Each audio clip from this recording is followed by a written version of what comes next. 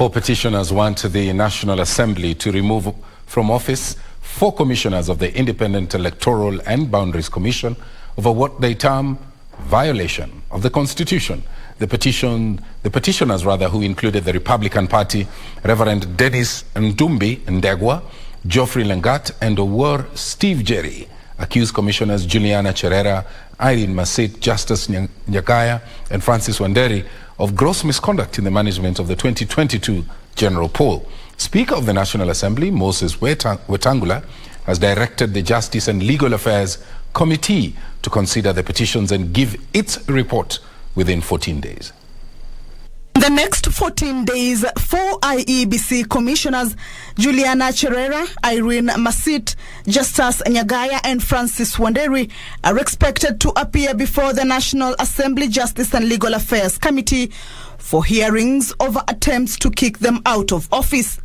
The 4 have been cited for serious violation of the law, incompetence, and failure to promote public trust in the 2022 presidential results. Mr. Jerry calls upon the House to consider his petition, urgently vote on it, and transmit it to His Excellency the President for the appointment of a tribunal to investigate the conduct and violations committed by the 4 commissioners as outlined in his petition.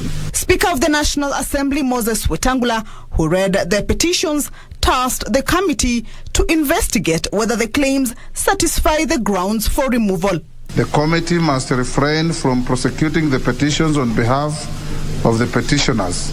Instead, it shall allow each petitioner to present their case and permit the affected commissioners to present their responses and thereafter consider whether a ground for removal has been disclosed or not. The petitions have, however, generated varied opinions from legislators. As we speak, the Deputy CEO of IEBC, Madam Ruth Kulundo, is in court on, among other things, convening a meeting with the 4 commissioners to decide on legal representation.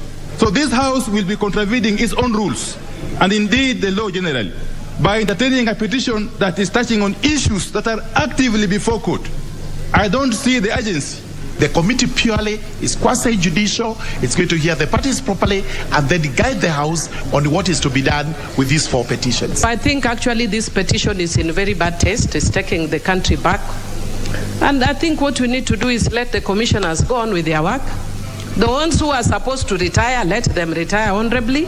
Let the ones who want to continue with their work continue. We always have issues with IEBC. But one of the things that I realized, we deal with commissioners, but we don't deal with the staff. And therefore, Mr. Speaker, as we look at the petitions, can we also now realign IEBC to go back to the independence that it had? And since the 3 are also coming out, so it means we shall have a clean slate. I don't want to say anything about that. And the rest for East African Legislative Assembly representation is in top gear, with Parliament set for a special sitting Thursday morning to conduct elections for Kenyan representatives to the East African body. Let those people who are interested in representing our republic in Yala lobby and canvass and caucus. And there is no formula for doing it, Mr. Speaker. The fact that a candidate has not served in any parliament before should never act as a bar towards them ascending to the East African Legislative Assembly. Vote for the right candidate because it is important that whoever we send to East Africa, they will represent the face of the country. And I urge members to be guided by the geographical consideration so that the entire community of Kenya is also in East Africa. I support.